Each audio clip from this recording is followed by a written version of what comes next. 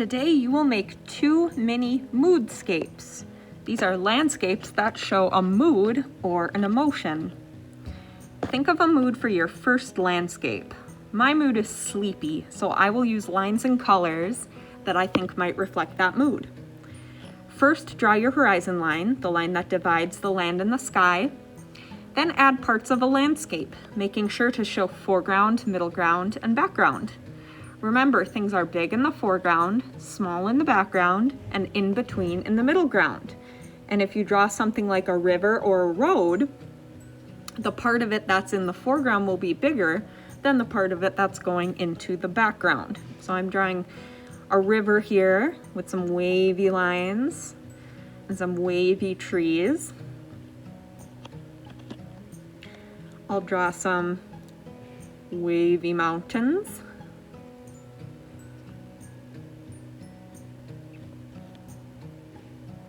Do some lines in the river there.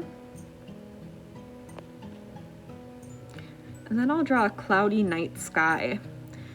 I'm using these cool colors like green, blue, purple, gray, and I'm using wavy lines because those colors and those lines make me feel calm and sleepy.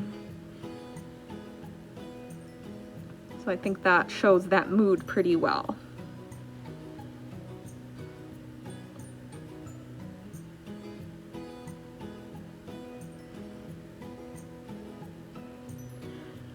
For my next moodscape, I'm gonna go with the opposite of sleepy. I'm gonna go with energized. So first I'll draw the horizon line. I'll draw a big sun coming up. So the sun's so big, it's in the background, but it's still quite large, kind of like the mountains in my first picture.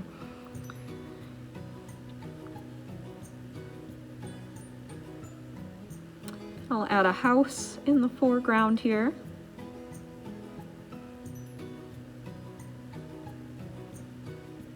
I'll do another house more in the background, so smaller than the one in the foreground.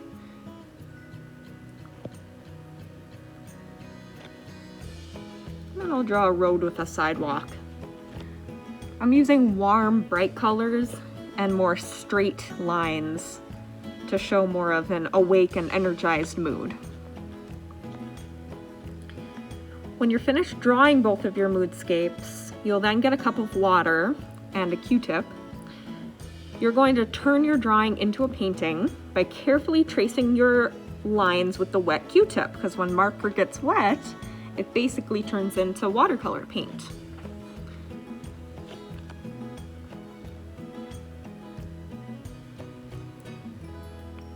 So I'm just going to very carefully spread water over my lines that I made with the markers.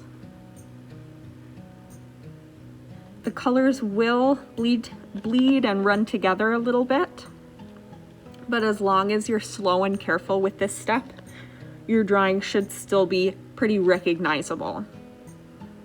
So if you go kind of fast or are a little careless with this, your whole picture is just gonna turn into a blob because all the colors will run together. So you gotta be really careful with this step to make sure it still looks like you're drawing.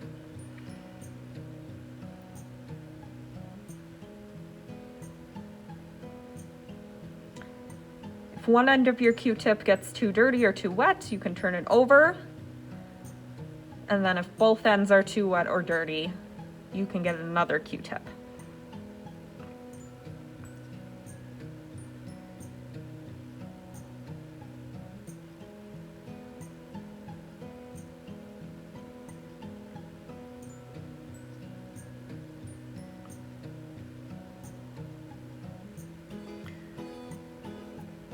Notice how when the marker gets wet, kind of allows you to fill things in.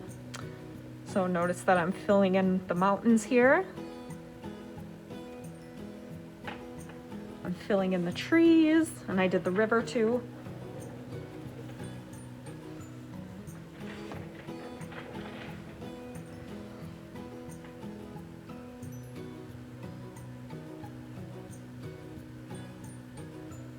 Fill in the ground as well.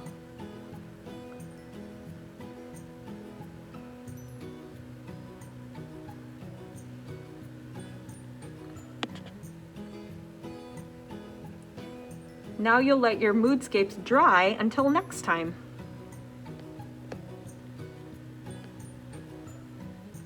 Okay, now that your Moodscapes are dry, it's time to draw over them with a Sharpie. So you'll use the Sharpie to define your lines and add some extra details too. So defining your lines means that you're just drawing over them and making them pop out a little bit more. And if anything kind of got a little too blobby or lost, you can redefine those lines with the Sharpie. And I'm adding some details to my windows there on the house. I'm adding some lines for siding on the house. So you can add extra things too. This house kind of got a little lost, so I'm redefining it with the Sharpie, making it look like a house again. Adding some shingles to the roof. I'm also going to add some zigzag lines to the sun here to make it even more energetic, because remember, that's the mood that I'm showing with this one. I'll do a fun little swirly line in the middle of the sun too. Now for my sleepy Moodscape, I'll continue with those wavy lines.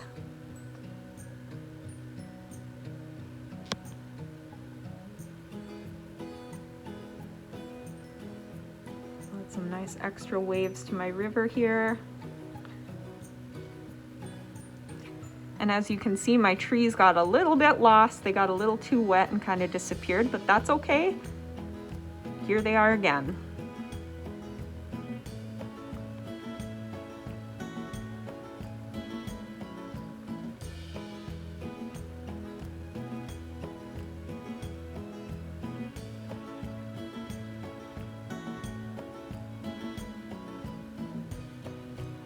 Okay, here are my two Moodscapes showing sleepy and energized.